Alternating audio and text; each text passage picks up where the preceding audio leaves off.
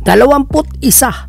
Hindi edad, hindi rin jersey number, kundi ilang beses nang napabilang si LeBron James sa All-NBA team.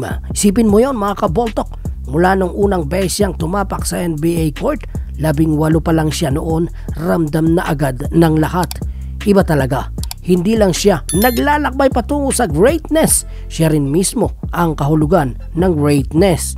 Ngayong taong 2025, 40 taong gulang na si LeBron James, pero eto siya muling napili sa NBA second team. Hindi dahil sa pangalan, dahil sa stats, dahil sa impact, isang 40 years old na kumakana pa rin ng 25 points per game. Parang hindi tumatanda si Tatang, at hindi lang tayo humahanga, pati mga kasabay niya, coaches, pati mga legend ng laro, alam na nila ang totoo. May isang tao pa rin hindi natatalo ng oras.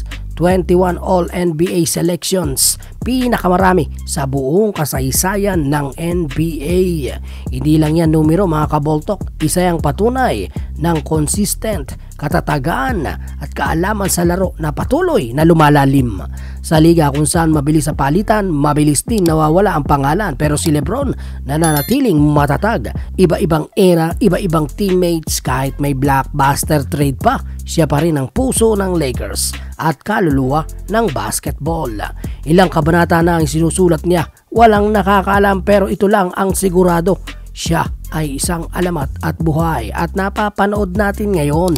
Kung mahal mo ang kasaysayan ng basketball, huwag kalimutang mag-like at mag-subscribe. Yon mga idol, anong masasabi mo sa video natin for today? Mag-comment ka na lamang sa ibaba at huwag mo kalilimutang mag-subscribe. Kung bago ka pa lamang, bisitahin mo din ang ating Facebook page. Basketball Talk.